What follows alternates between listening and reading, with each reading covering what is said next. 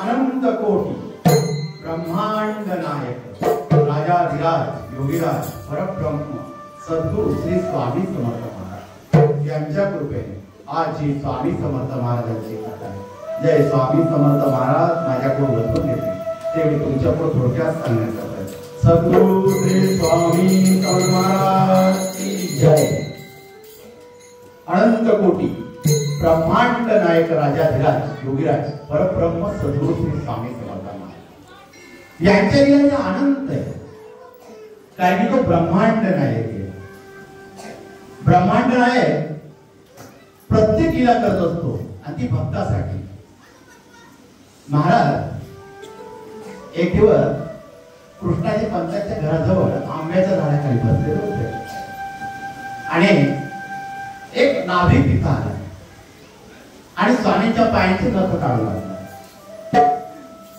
स्वामी आपले शांत बसलेले आणि तो स्वामींच्या पायाचे नख काढत असताना स्वामी त्याच्याकडे मग खदा हसू लागले। तो स्वामीकडे बघू लागला आणि महाराजांना विनंती करू लागला, स्वामी काय झालं? काय रे? गणेश येणार आहे, गण्याला लग्न करायची आऊत झालेली, त्याला आता लग्न करायचंय गण्याला। आता हा नाभी बोलायला काही त्याचा अर्थच समजत नव्हता। स्वामी असं का बोलताय? कारण या आधी माझ्याशी स्वामी असं कधीच बोलले नाही आणि आज स्वामी असं का बोलताय? आणि स्वामी असं लागले। महाराज तिथून उठले, खांद्यावर उपरून टाकलं, पावलं टाकत टाकत आपल्या वटवृक्षाच्या छायामध्ये स्वामी महाराज आले। महाराज बसले आणि तेवढ्यात हा गणेश सोनी बडा जाऊन आला होता। महाराजांजवळ बसला आणि महाराजांजवळ बसलेला असताना स्वामींनी त्याला बघून रिकामी चिलीम घेतली हातामध्ये, रिकामी चिलीम घेतली आणि मित्रवता सगळा त्याच्यामध्ये टाकला। बाकी महाराजांनी फक्त खुर्मापुरी केली आणि चिलीम खाली ठेवून दिली। हा गणेश स्वामींजवळ हात जोडतोय, महाराज माझं पहिलं लग्न झालं पण माझी पत्नी पहिली निघून गेली आणि दुसरी मरण पावली, तर आता माझी इच्छा आहे तिसरं लग्न करावं। महाराजांनी मान हलवली, महाराज निघून गेले। हा गणेश स्वामीकडे बघत राहिला, त्याला मनामध्ये समजत होतं की स्वामींचा काहीतरी सांगण्याचा उद्देश आहे, त्याच्या मनामध्ये येत होतं। बाळाप्पा महाराज जवळ आले आणि गणेशा, महाराजांची इच्छा नाही तुम्ही लग्न करावं, आता तुम्ही स्वामींची सेवा करावी। हा गणेश हलवत आला, स्वामी असं का बोलताय? आणि घरी गेला आपला। घरी गेल्यावर त्याच्या मनामध्ये विचार डोकावू लागले, लग्न करणं गरजेचं आहे, आपल्याला वंशाला दिवा पाहिजे, घरामध्ये लक्ष देणारा कोणीतरी पाहिजे, म्हणून मनामध्ये विचार येऊ लागले। पण महाराजांची आज्ञा नाही म्हणून त्याने लग्न केलं। लग्न केलं, 8 दिवस सुखाने संसार चालू झाला आणि इकडे महाराज बसलेले होते आणि या नाभिक तिथंच बसलेला होता। परत स्वामींजवळ आम्ही या गण्याला नाही सांगितलं तरी आराम करून लग्न केलं, भोग आता तुझे भाग्याचे फळ हो, आता आम्ही बघतो। आणि महाराज एवढं बोलून उठून गेले। 8 दिवसानंतर ह्या गणेश सोनीची बायको आणि गणेश जिना उतरत होते आणि त्याची बायको घसरून पडली। ती पडल्यावर मणकेचं हाड तुटलं, तिचं चालणं उठणं सर्व बंद झालं। हा गणेश आता रोज बायकोची सेवा करू लागलेला आणि इकडे स्वामी जोड्यात कथा कथा हसताय आणि हा नाभिक बसलेला असताना महाराज तेव्हा, अरे आराम करा, काय बसला? आज काय आहे तुला माहित नाही का? आज आमच्या सेनाची पुण्यतिथी आहे, आज तो सण साजरा झाला पाहिजे। आणि त्यावेळेस महाराजांना संत सेनानी महाराजांची आठवण झाली। महाराजांना आठवण झाल्यावर हा नाभिक स्वामी प्रमाणात जोडतोय, महाराज क्षमा असावी, मी विसरलो होतो। त्यावेळेस महाराज एकदम सुंदर असं उत्तर देतात, अरे तुम्ही विसरशील माझ्या सेनाला कसा विसरणार, फार भक्ती करत होता आमची. आणि महाराज असताना त्यावेळेस प्रसंग येतो संत सेनानी महाराजांचा. कारण संत सेनानी महाराज यांची पुण्यतिथी कालच होती आणि आता आपण मठामध्ये ती साजरी करत आहोत. संत सेनानी महाराज यांच्या वडिलांचं नाव देवीदास, आडनाव वैद्य. कारण की ते नाभिक समाजाचे जरी असले तरी त्यांचं वैद्याचं सुद्धा काम होतं. ते 7 पिढ्यापासून मध्य प्रदेशात होते, राहणारे महाराष्ट्राचे. उदयसिंग राजे यांच्या दरबारात त्यांचा मोठा थाट होता 7 पिढ्यांपासून. संत सेनानी महाराज त्यांचे वडील देवीदास. संत सेनानी महाराजांच्या पत्नीचं नाव सुंदराबाई आणि संत सेनानी महाराजांच्या आईचं नाव प्रेमकुमारी. आता हे देवीदास जे होते संत सेनानी महाराजचे वडील, ते काही दिवस इकडे गेले होते आपले काशीला वेदांचा अभ्यास करण्यासाठी, रामानंद स्वामींच्या आश्रमामध्ये. आणि त्यांचे गुरुबंधू होते विठ्ठलपंत संत ज्ञानेश्वरांचे वडील. रोजच्या चर्चा वेदांतावर त्यांच्या चालायच्या.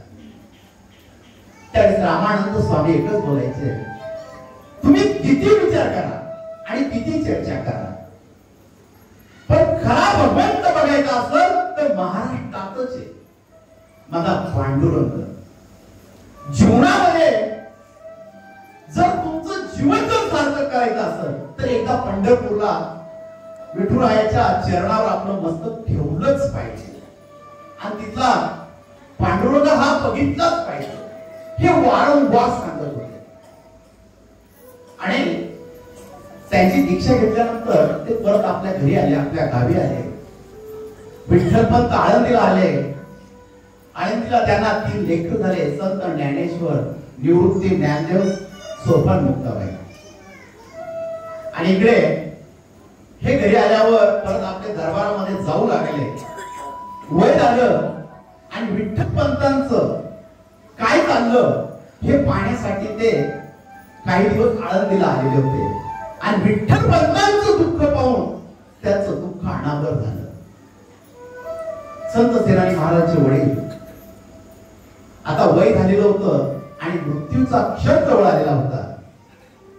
त्यावेळेस संत सेनानी महाराज आपल्या वडिलांचं डोकं आपल्या मांडीवर ठेवलं होतं आणि शेवटचा क्षण होता.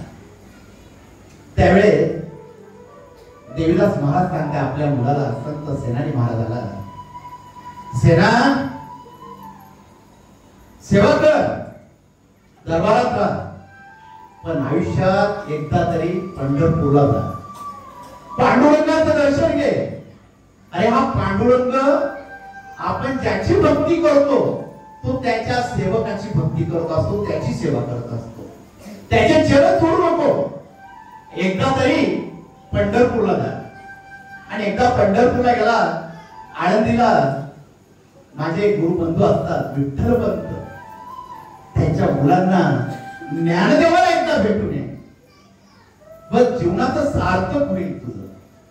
तेव्हा माझ्या आत्म्याला शांती मिळेल, माझी एवढी इच्छा पूर्ण कर. एवढे शब्द बोलल्यावर देवीदास महाराजांनी आपला देहत्याग केला. संत सेनानी महाराज आता दरबारात जाऊ लागले. आणि त्यावेळेस उदयसिंग राजांचा मुलगा राम सिंग हा क्रूर राजा होता. त्या दरबारामध्ये विचित्र पद्धतीचा राजा होता. संत सेनानी महाराज यांना त्यांचे वडील सांगून गेले होते की कधी माझे वारकरी आले, हा भोळा वारकरी, याची सेवा कर, याची हजामत करून देत जा. आणि संत सेनानी महाराज मोफत त्यांची सेवा करत असते. ही सेवा त्यांची चालू होते. आणि एक दिवस त्या गावामध्ये वारकरी आले आणि त्या वारकऱ्यांची सेवा करण्यासाठी संत सेनानी महाराज त्या गावामध्ये गेले आणि त्या वारकऱ्यांची हजामत करू लागले, त्यांची सेवा करू लागले. आणि इकडं हा राजा होता रामसिंग. याच्या मनामध्ये आलं शरीराची मालिश करून घ्यावी आणि हजामत करून घ्यावी, तर त्याने आदेश तोडला त्या ठिकाणी. या सेना आत्ताच्या आत्ता बोलणार. शिपाई निघाले. संत सेनानी महाराजच्या घराजवळ आले आणि त्या सेनानी महाराज घरी नव्हते. ते वारकऱ्यांच्या सेवेसाठी गेलेले होते. शिपाई आले. सुंदराबाई आपलं काम करत होती आणि विचारलं, सेना कुठे? अहो, ते वारकऱ्यांची सेवा करण्यासाठी गेले. पंढरपूरचे वारकरी आलेले. त्यांचं काम झालं का मी सांगते. शिपायांनी आदेश ऐकला आणि राजवाड्यात आले आणि राजाला सांगू लागले. आता राजाला सांगत असताना त्याच्यात एक शिपाई, त्याचा ह्या संत सेनानी महाराजांवर राग होता. आता जेव्हा राग असतो त्यावेळेस माणूस धरकाम करत असतो आणि वाक्य फिरवत असतो. त्यावेळेस ह्या शिपायाने या राजाला सांगितलं, अहो, हा सेनानी वारकऱ्याच्या सेवेला गेलेला आहे. तो सांगतो मी पहिले यांची सेवा करेल, नंतर राजाकडे येईल. आणि अपशब्द सांगू लागला राजाला. आता राजाने पुढचा मागचा काहीच विचार केला नाही. मी राजा आहे आणि हा नाभिक माझ्याबद्दल असे शब्द बोलतो, हे मला सहन होणार नाही. आत्ताच्या आत्ता सेनाला माझ्या समोर उभं करा. त्याला फाशीची शिक्षा मी देत आहे आणि फाशीची शिक्षा फरमावण्यात आली आहे.